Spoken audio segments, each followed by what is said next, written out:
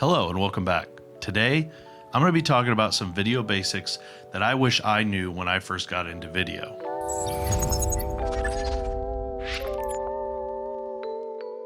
So video settings are going to change depending on your camera when it comes to ISO. Figure out what your base ISO is for your camera. For the Canon R6, it is ISO 400 and then ISO 800. So initially, if I can't shoot at 400, I can go to 800 and know that the noise is going to be the same as 400. That gives me more light to work in lower light situations to get the proper shutter speed. And when I say proper shutter speed, there is a proper shutter speed for video. You don't just pick what shutter speed you want to run with. Your shutter speed needs to be double your frame rate. So if you're shooting at 23.98, you want to be at 1/50th, 1/48th, depending on your camera. So for example, if you're shooting 60 FPS for sports or something to be able to slow it down for slow-mo, you're going to want your shutter speed at 1/25th.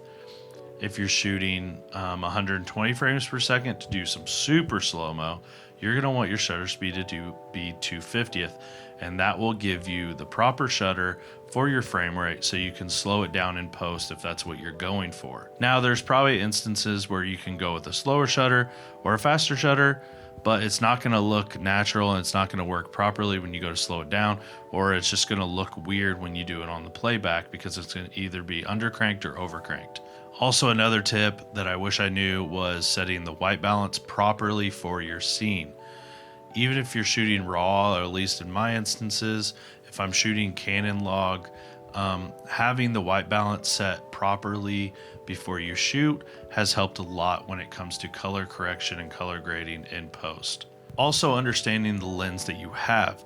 If you have an f2.8 lens, know that you don't always need to be at f2.8. You could be shooting at f4, 5.6, f8, f11. The higher the number, the more that's going to be in focus. So if you are on a 1.8 lens and you're using autofocus, it could cause issues and you could see the autofocus breathing trying to find the focus.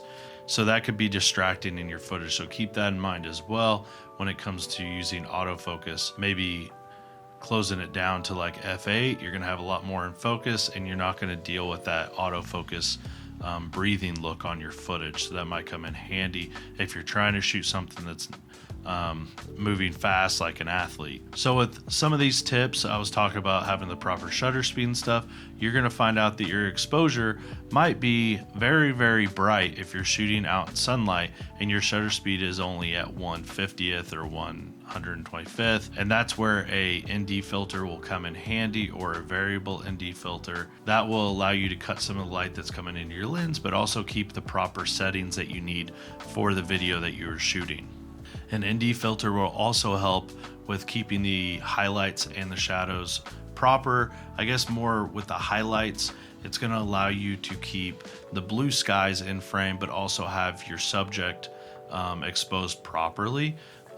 So as I say that, most of these settings are going to come in handy for outdoor stuff.